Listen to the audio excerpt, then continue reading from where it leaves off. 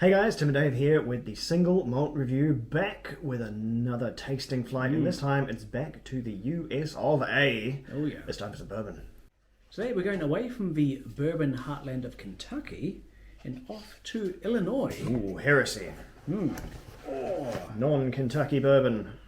Some might say, is it even legal? Yes, it is. You can make bourbon anywhere in the States. You just can't make straight Kentucky bourbon, but this one is Straight Bourbon.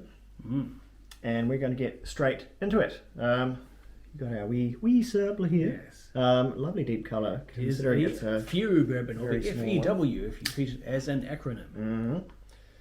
which I looked up and was very disappointed to see is just acrimonious for fortune favours the bold. In Latin? In Latin, I believe. Okay. Anyway, in something. That or I completely misread it, and never mind. Does not bear further consultation.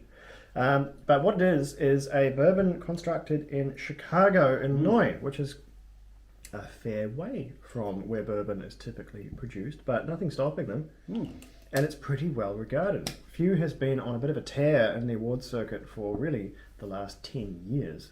It's been doing very well for itself, and it does a number of different bourbons. This one is their, I guess, their entry level, their house style. Workhorse. So, probably a good one for us to have a wee look at to begin with.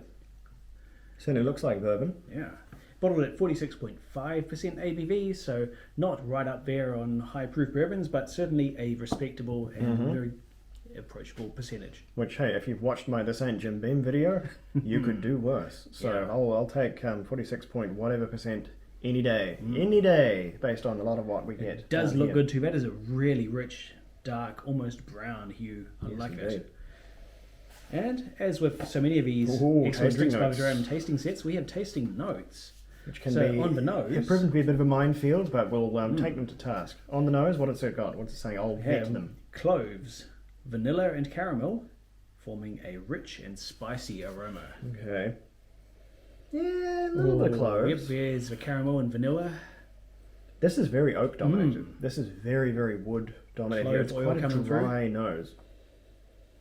Rich, certainly. I wouldn't go for spicy, but there is some spice there. That is, heavy, oily, woody. A bit of sandalwood, some kind of perfumed bark. Yeah. Oh, that smells amazing. Actually, Very, very that's- oak driven on this one. That's a gift that's giving more the more I go back to it and sample it further. Yeah, pungent. Pungent, yeah. for sure. Like all the best bourbons, very, very pungent on the nose. Right, on the palate.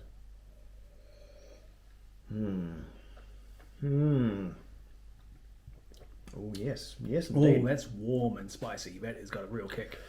That has a nice hard edge to it. Yeah. As I've espoused in the past, bourbon really needs... It's bourbon and the kick that comes with bourbon are integral to each other.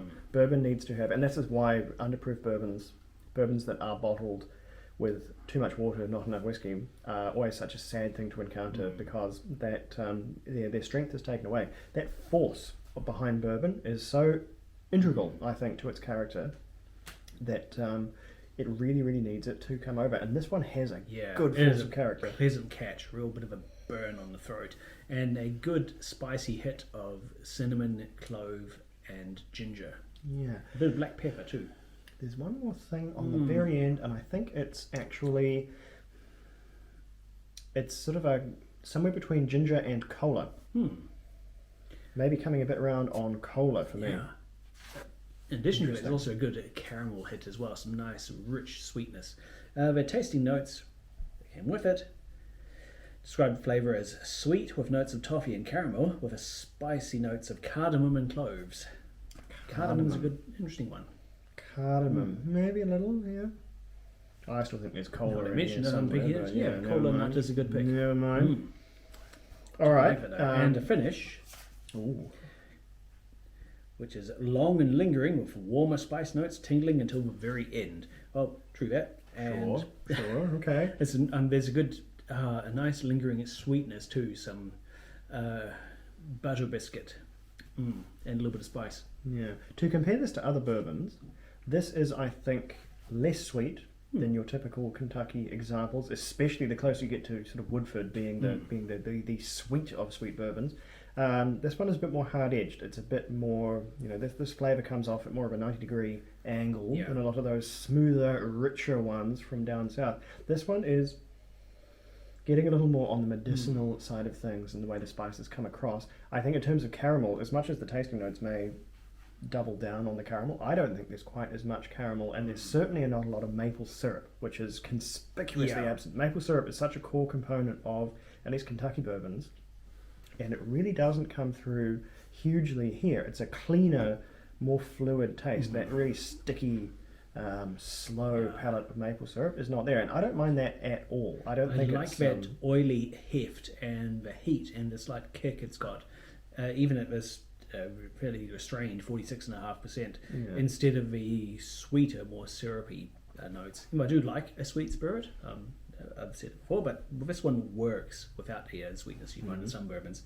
Now, instead of adding water, we thought we would cowboy up and put in some of these bespoke ice cubes, because I could only had one left and had to break it in half, just to see how this goes in a cool, refreshing drink. Adding a little water, but cooling down the ensemble too. Oh,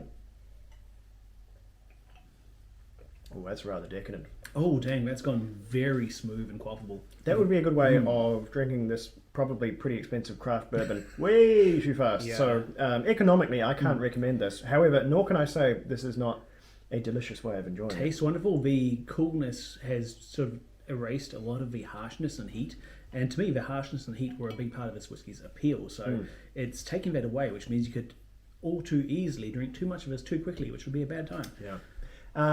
Cocktails, because I love to talk about cocktails when bourbon is concerned. It's just so flexible in them. I think old-fashioned, no. I think the orange might dominate an old-fashioned. Manhattan, yes. I think this would go lovely with, say, a drink where the bitters come through a bit more strongly, and there's more of it's a slightly longer drink. Old-fashioned is just, it's all whiskey. If it's not sugar, the rest is whiskey. Manhattan, that little bit of extra length and a little bit of extra complexity coming through from the red vermouth. I think you might have something really going on here if you just stuck to the classic model and meant maybe slightly heavier than usual rather than lighter on the Angostura bitters. But that's just in the cocktail palace, the much less useful mind palace that goes on in my head at all times. That's just what's coming together. But I think there is experiments which could be done. However, scores-wise for this one, God, this is good with ice. This is ridiculous. We should stop. We should put an embargo on this practice. It's just so scrummy now. Scores for this one, bourbon scores, of course. It's been a little while since we've done this. It hasn't been a very bourbon-y year. We've had bourbon-y years in the past, but this has not been one of them for whatever reason. I would like this really quite a lot. This is an 87 for me. What are we thinking? Going a little higher for 88. This is some top tier bourbon. It's good to try one from out of the bourbon heartland of Kentucky. So it's got a little bit of a quirk, but a few points of difference. It's not a wild challenge to the whiskey formula, like to American whiskey styles, which is good. It fits in with the style, but just has a few little tweaks, a few quirks, which set it apart. And it is excellent on its own. With ice, and I'm sure it'd be just as good in one of the many mixes Tim has described. Tremendous stuff. Yeah. And lovely to see something from, outside the territory. And we're very, very interested to see more from F.E.W. Yeah. I'll have to see what else we can get here. Maybe even hit them up, see if they'll post us anything down. We live in hope. But anyway, this has been the Single Malt Review with another non-single malts.